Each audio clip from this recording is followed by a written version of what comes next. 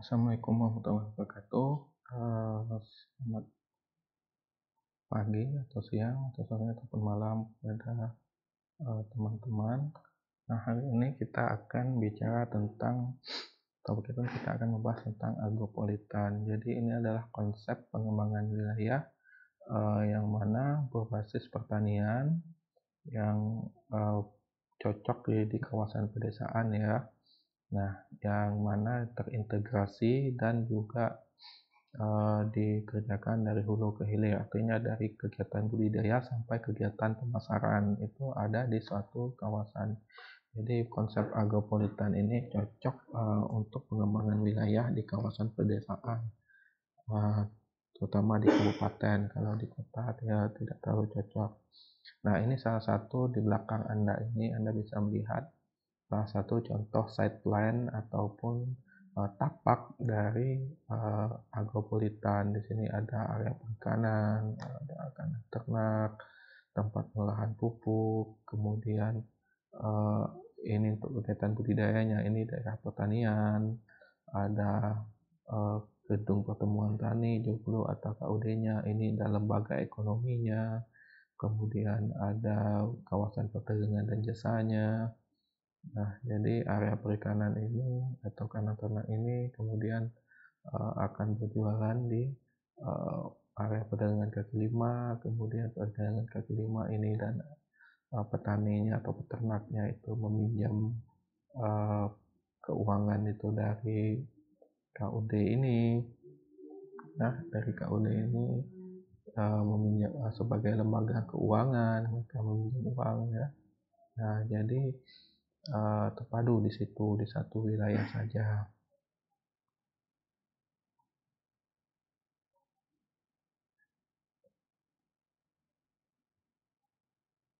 Nah, apa itu agropolitan? Kalau dari sisi etimologisnya, dari tata bahasanya, agropolitan itu agro itu adalah pertanian, sedangkan hutan itu ada kota.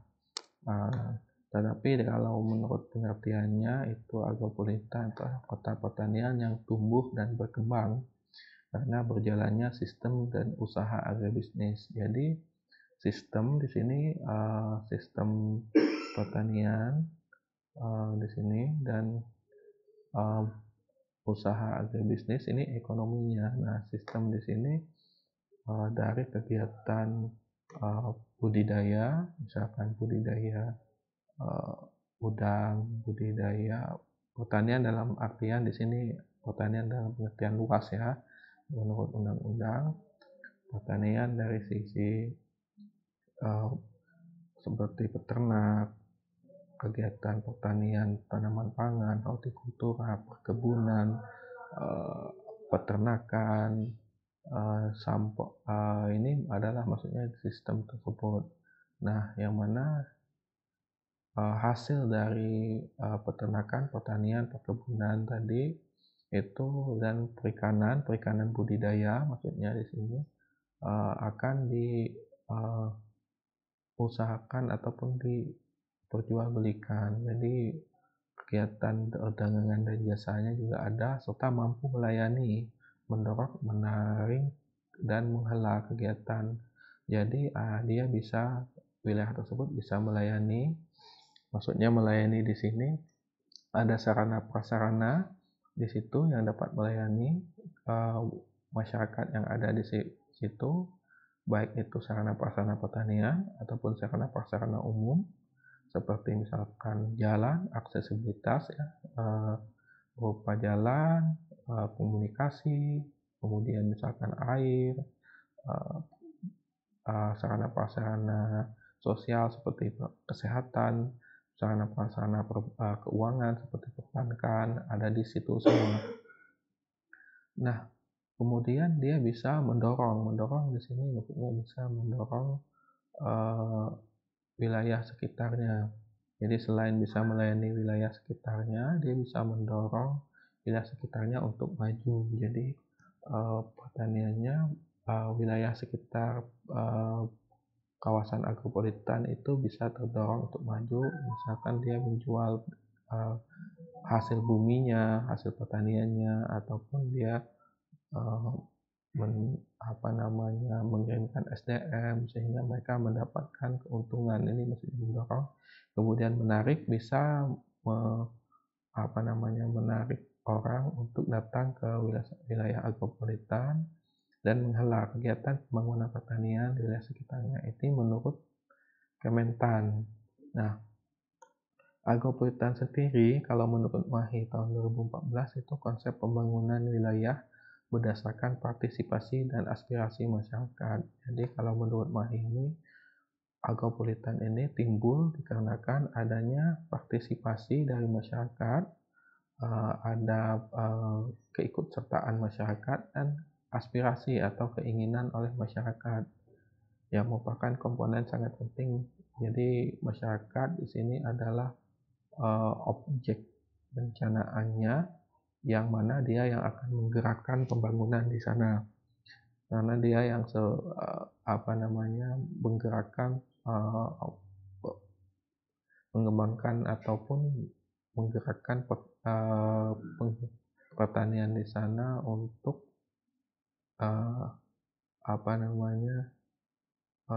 sebagai aktor utama lah ya, yang bertujuan meningkatkan perekonomian, tadi mengembangkan aspek kehidupan sosial. Jadi manusia SDM ataupun masyarakatnya di sana selain mengembangkan ekonomi dari sisi pertaniannya, juga mengembangkan aspek kehidupan sosial seperti pendidikan. Jadi ada selain jadi petani, ada juga masyarakat di agropolitan itu tidak harus petani semua, tapi mayoritas, tapi bisa juga sebagai pendidik seperti guru, tenaga kesehatan, ada seniman, pemberdayaan kepemudaan, politik, pertahanan, keamanan, kehidupan beragama, dan kaum perempuan. Nah, kemudian kalau menurut Undang-Undang tahun 2006 Undang-Undang 26 tahun 2007, agropolitan itu kawasan pedesaan. Jadi dia itu berada di pedesaan, bukan di perkotaan. Jadi tidak ada konsep agropolitan di perkotaan ataupun RT RW perkotaan, itu tidak ada. Yang memiliki pusat kegiatan yang memiliki fungsi sebagai sistem produksi suatu pertanian dan pengelolaan. Jadi dia selain produksi hasil pertanian, jadi misalkan produksi bahan mentah pertanian seperti misalkan yang jadi, dia juga diolah terlebih dahulu, misalkan seperti padi yang sudah dipanen, diolah, digiling terlebih dahulu supaya menjadi beras. Nah, itu salah satu bentuk dari pengolahan. Jadi sudah seperti industri, meskipun industrinya masih skala kecil atau UMKM. Nah, hasil sumber daya alam yang ditunjukkan dengan adanya keterkaitan fungsional. Jadi ada keterkaitan fungsional di setiap wilayah tersebut. Maksudnya baik itu di luar ataupun di dalam daerah. Keterkaitan fungsional di sini agropolitan sebagai fungsi penyedia bahan pertanian terhadap wilayah di sekitarnya.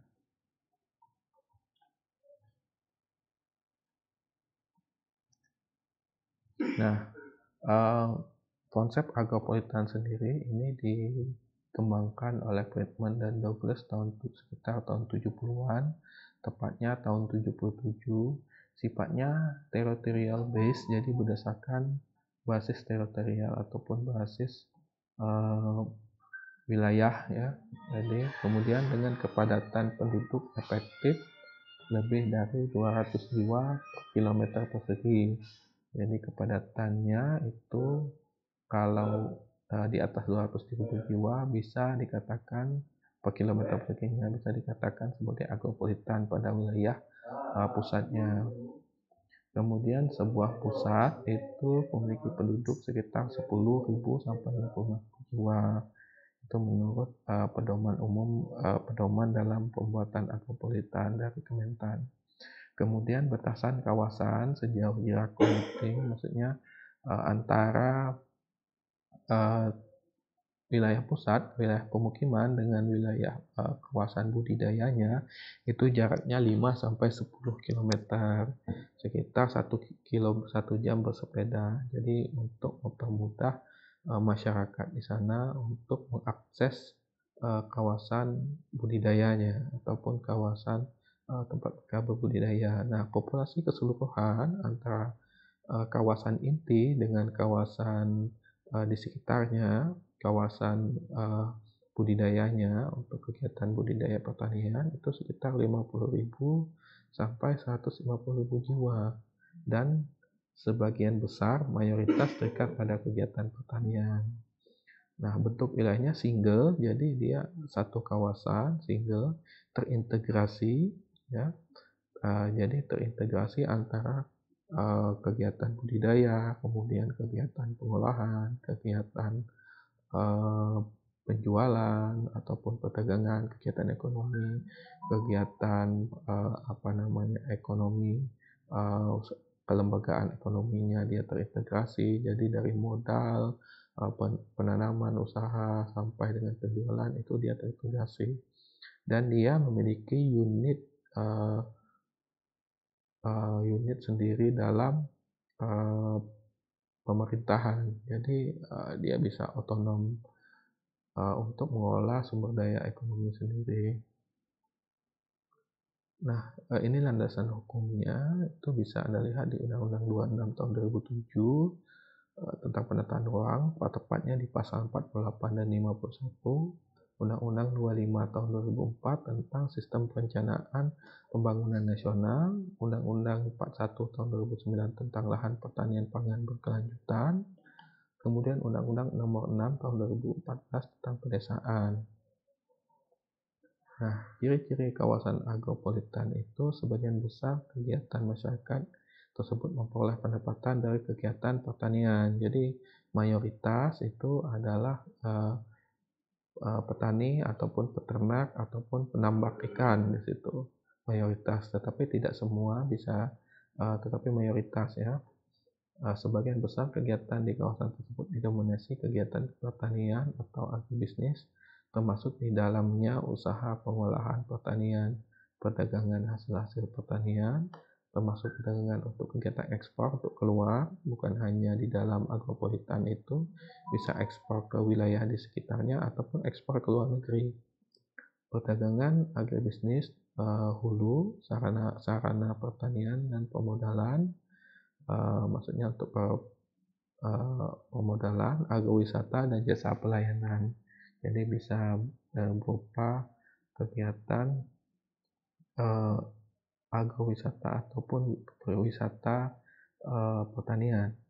Nah, kemudian hubungan antara ataupun jasa pelayanan, ya, jasa pelayanan di sini misalkan seperti sewa alat pertanian dan lain-lain. Hubungan antara kota dan daerah-daerah hinterland di kawasan agropolitan bersifat interdependensi atau timbal balik yang harmonis. Jadi kawasan ini kawasan agropolitan ini, kalau di konsep wilayah nodal, ada kawasan hinterland, kawasan sekitarnya, kawasan penopangnya, ada kawasan pusatnya. Nah, kawasan pusatnya itu juga dia sebagai hinterland dari kawasan yang lain. Nah, itu hubungannya bersifat interdependensi atau timbal balik. Jadi si kawasan agropolitan itu mengirimkan barang pertanian. Nah, kemudian dijual. Nah, hasil dari penjualan itu didapatkan oleh si kawasan agropolitan itu, dan saling membutuhkan. Jadi satu sama lain saling membutuhkan, di mana kawasan pertanian mengembangkan usaha budidaya on farm ataupun skala rumah tangga atau off farm. Sebaliknya, kota menyediakan fasilitas untuk berkembangnya usaha budaya agribisnis seperti penyediaan sarana pertanian, modal teknologi, informasi pengolahan hasil, dan penampungan pemasaran hasil produksi atau produk pertanian. Jadi syarat kawasan agropolitan yaitu memiliki lahan yang didukung oleh SDA yang memadai dan telah memiliki komoditi unggulan yang sesuai budaya lokal. Jadi kawasan agropolitan itu idealnya dia sudah memiliki komoditi unggulan.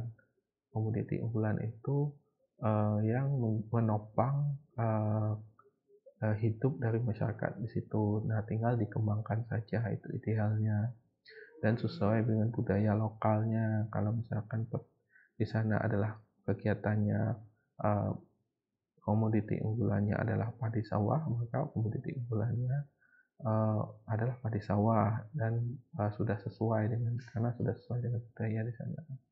Kemudian memiliki kelembagaan atau prasarana-sarana agribisnis seperti kelompok tani misalkan. Kalau prasarana agribisnisnya ini misalkan kelembagaan keuangan taninya, misalkan seperti koperasi. Nah, itu salah satu kelembagaan. Kemudian pasar, di sini di pusat di pusat agropolitannya terdapat pasarnya ataupun tempat jual belinya, sehingga bisa menjual hasil pertanian. Kemudian lembaga keuangan, baik bank atau non-bank seperti koperasi tadi. Kemudian balai penyuluhan pertanian, jadi ada tempat untuk konsultasi terkait teknis pertanian. Kemudian selain sebagai tempat teknis pertanian, untuk konsultasi teknis pertanian juga bisa untuk pengembangan teknologi. Ada tempat percobaannya, biasanya nih balai penyuluhan pertanian ini.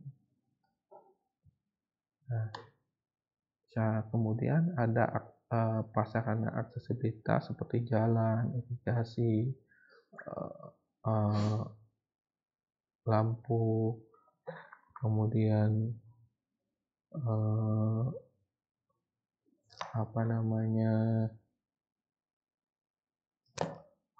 listrik, telekomunikasi, dan segala macamnya sudah ada. Memiliki kelembagaan petani seperti koperasi, asosiasi petani, koperasi, segala macam, memiliki sarana prasarana umum, kemudian memiliki sarana prasarana kesejahteraan sosial seperti misalkan untuk prasarana kesehatan seperti puskesmas, untuk kesehatan, ya, dan lain-lain. Nah, agropolitan itu karakteristiknya biasanya relatif kecil, jadi dia merupakan bagian dari suatu wilayah, biasanya lebih dari satu desa, minimal satu desa, bisa 2 desa di kecamatan yang berbeda. Nah, atau bisa satu kecamatan, wilayahnya lebih kecil daripada kabupatennya biasanya. Proses perencanaan dan pengambilan keputusan yang bersifat otonom, jadi dia bisa mengambil keputusan atau secara mandiri dan berdasarkan partisipasi masyarakat lokal, jadi hampir sama dengan kawasan strategis. Kemudian ada diversifikasi tenaga kerja pada sektor pertanian dan non pertanian. Nah, biasanya di agropolitan tersebut tenaga kerja tidak hanya bekerja di sektor pertanian saja, nanti dia akan bekerja sebagai di sektor perdagangan dan jasa sebagai buruh pikul misalkan. Nah, itu bisa. Kemudian adanya hubungan fungsional industri pedesaan, perkotaan, dan linkage nih hubungan antara desa dan kota dengan sumber daya ekonomi lokal. Jadi hubungan ekonomi lokal di sini maksudnya adalah komoditi unggulannya dengan industrinya yang nanti akan mengolahnya, kemudian dengan perkotaan atau pusatnya dulu untuk kegiatan ekonominya, kemudian dengan pusat wilayah sekitar ataupun kotanya di sini. Nah, ada keterkaitan. Kemudian pemanfaatan peningkatan kemampuan sumber daya teknologi lokal. Nah, kawasan agropolitan ini memiliki sumber daya pertanian yang Bapak sebutkan dan komoditi unggulan. Nah, sumber daya pertanian dan komoditi unggulan itu memerlukan sarana prasarana agribisnis. Maksudnya di sini sarana prasarana pertanian seperti jalan usaha tani untuk mengangkat atau mengangkut hasil pertanian, alat dan mesin pertanian, misalkan untuk penanaman tanaman padi, misalkan untuk apa namanya alat mesin pertanian untuk padi, misalkan untuk pemanenan padi, untuk pengangkutan padi, ataupun pengangkutan pertanian, hasil pertanian. Nah, kemudian sarana prasarana agribisnis ini didukung, dan wilayah ini agropulitan itu didukung sarana prasarana umum seperti apa? Misalkan untuk sarana kesehatan, untuk kemudian jalan, kemudian selain jalan itu telekomunikasi untuk berhubungan dengan wilayah luar, untuk kegiatan perdagangan yang dilakukan untuk kegiatan ekspor, misalkan listrik, nah kemudian dan lain-lain, seperti sarana prasarana umum pada wilayah lainnya. Nah, sarana prasarana kesejahteraan sosial itu juga diperlukan untuk supaya mengumport dari agropulitan ini. Nah, yang mana dalam pembangunan agropulitan itu harus menjaga kelestarian lingkungan. Jadi wilayah kegiatan pertanian itu tidak boleh dipaksakan ataupun dilakukan kegiatan budidaya melebihi kemampuannya. Nah, ini konsep pengembangan agropulitan. Nah, dia seperti kalau konsep wilayah modal, jadi ada pusatnya, ada hinterlandnya di sini. Nah, hinterlandnya di sini ada sebagai pusat, sebagai hinterland yang lain. Nah, di sini ini paling dengan konsep terkecil itu adalah desa penghasil bahan bakunya atau daerah penghasil bahan baku. Nah, daerah penghasil bahan baku itu akan mengantarkan hasil pertaniannya ke daerah pengumpul bahan baku. Nah, pengumpul bahan baku nanti akan mengirimkan ke sentra bahan baku. Nah, disinilah nanti kegiatan ekonomi, maksudnya kegiatan atau pusat agropulitannya. Nah, pusat agropulitan ini akan mengirimkan ke kota kecil yang ada di sebelahnya. Nah, kalau misalkan ini hasil pertaniannya ingin dikirimkan ke pasar global atau keluar, nanti akan dikirimkan ke pasar global. Nah, dari pasar global itu juga kita memerlukan alat-alat pertanian dari luar, ataupun pupuk-pupuk, nah itu ataupun alat pertanian dari luar ya. Nah, yang dimasukkan ke sini.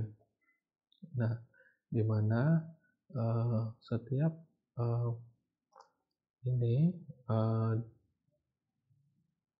ini ya, setiap daerah, setiap ada pusat pertumbuhan, ada desa penghasil bahan baku, desa pengumpul, dan desa itu bisa dikategorikan sebagai desa pusat pertumbuhan. Seperti ini desa pusat pertumbuhan.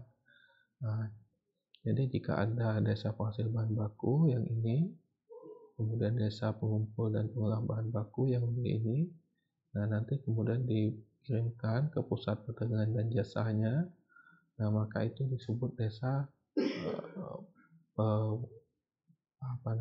pusat pertumbuhan ya. Nah, ini contoh model agribisnis di kawasan agropulitan. Jadi konsep kegiatan agropulitan itu tadi terintegrasi di sini. Jadi semua kegiatan dilakukan di kawasan agropulitan. Jadi misalkan ini contoh ya, produksi tanaman komoditas unggulannya misalkan adalah padi sawah. Nah, padi sawah ini akan menghasilkan sebagai hasil mentahnya itu akan diolah oleh orang dari penggilingan untuk menjadikan beras.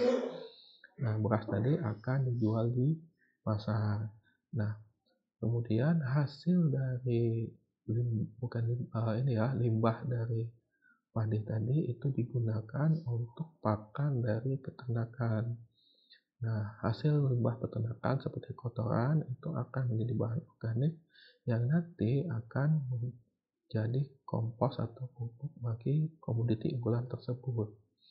Nah, kemudian ada juga kegiatan perikanan di situ. Nah, kalau Anda eh, mengenal sistem integrasi seperti eh, mina sawah padi, jadi kegiatan perikanan yang ada di sawah, ya, mina padi, itu bisa terintegrasi di situ. Kalau misalkan di perkebunan sawit itu biasanya ada sistem integrasi antara peternakan dan perkebunan sawit, antara sapi dan sawit, seperti Siska. Nah, itu sistem terintegrasi. Nah, semua hasil ini, hasil komoditi unggulan, hasil peternakan, hasil olahan organik, perikanan, itu disetor untuk diolah terlebih dahulu. Itu kemudian lalu dijual di pusatnya di sini. Nah, di pusat sini untuk di pasaran.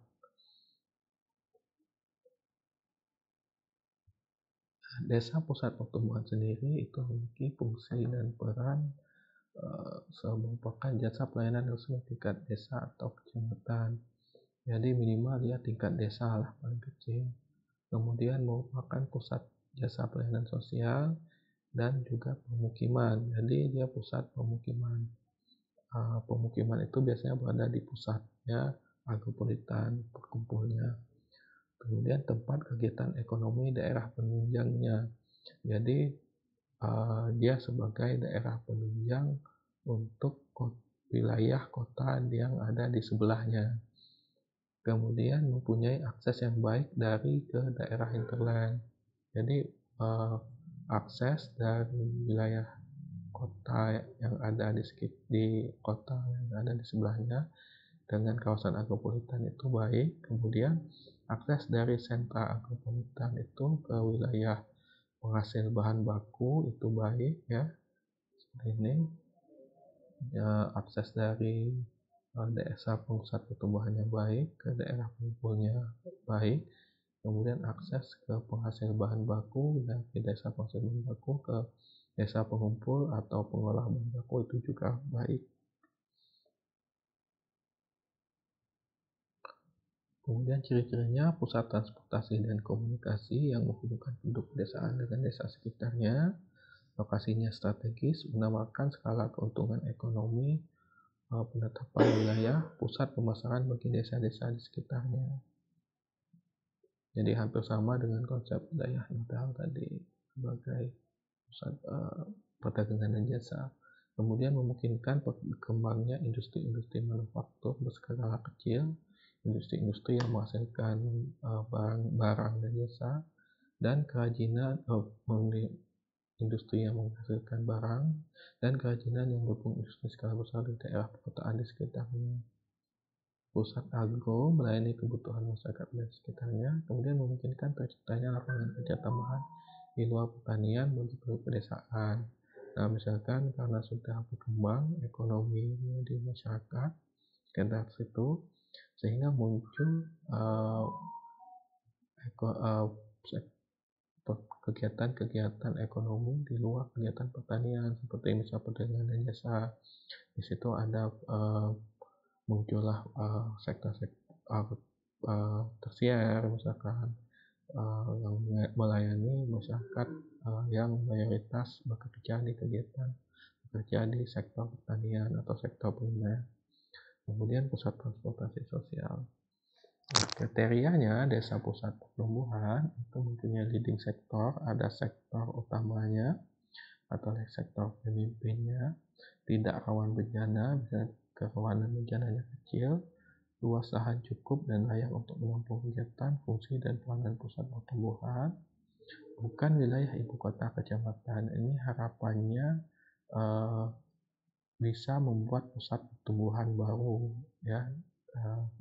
Harapannya jadi ada pusat pertumbuhan baru dan bisa sehingga kemudian jadi pusat administrasi tersendiri, bahkan kemudian memiliki kecenderungan untuk berkembang seperti pusat pelayanan, memiliki potensi jadi dengan adanya pusat pertumbuhan baru, nanti pusat-pusat pelayanan baru juga muncul di situ, memiliki potensi tertentu yang dapat dikembangkan seperti pariwisata, agrowisata, dan sentra produksi.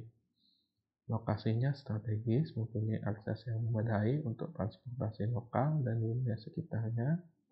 Kemudian kriteria penunjang, didukung pemerintahan yang berjalan baik, kelembagaan yang berwawasan positif terhadap pembangunan, ada MBA positif, masih memerlukan dukungan ke sana, tingkat kepadatan demografisnya menguntungkan, tidak harus desa swasembada, jadi tidak harus swasembada desanya, bisa desa yang baru memulai ya, minimal 3 desa yang bisa langsung dengan DPP.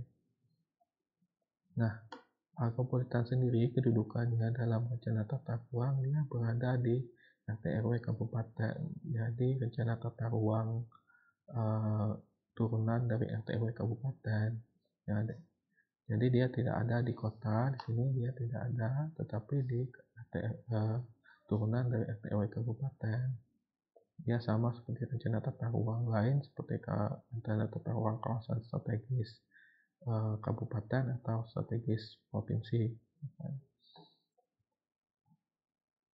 Nah, yang mana kawasan rencana agropolitan ini harus dibuat dalam peraturan daerah dan sifatnya masih skalanya udah skala besar ya, udah skala 1:5.000.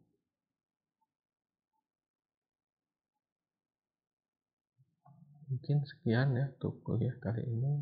Nanti jika ada pertanyaan bisa di kolom komentar ataupun langsung bertanya di kelas. Terima kasih Bapak. Assalamualaikum warahmatullahi wabarakatuh.